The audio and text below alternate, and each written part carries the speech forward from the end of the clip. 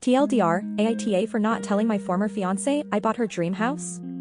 10 years ago, my fiance left me, 38M, a few weeks before our wedding. We grew up in a small town. We were friendly, went to the same school, but we never were in the same clique. She was one of the popular kids, and I wasn't. A few years after college, I moved back home when my dad got sick. I found a job in my field about 45 minutes away from home.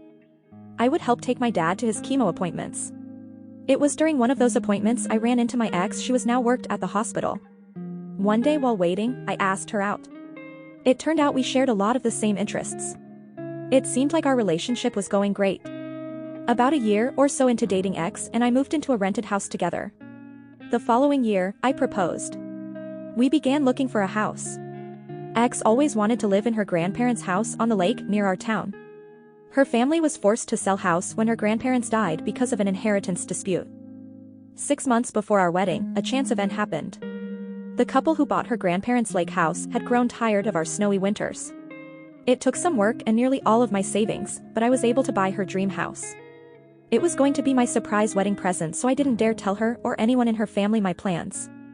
A month before our wedding, Ex and her friends went to Miami for her bachelorette party. I am not sure all of what happened there, part of me doesn't really want to know, but I do know her high school BF was there.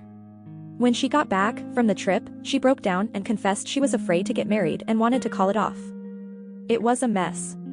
She later moved to Florida and eventually married high school BF. I ended up moving back to the city for an amazing job. In the meantime, I still had the lake house.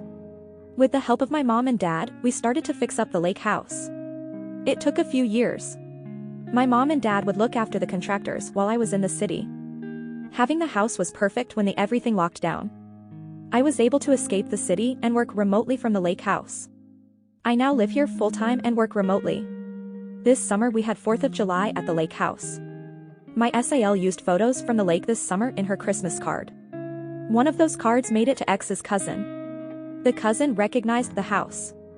The Saturday before New Year's, Ex's mother and sister were at my front door. After pleasantries and answering their initial questions, they made an offer to buy it. I refused. They were not happy.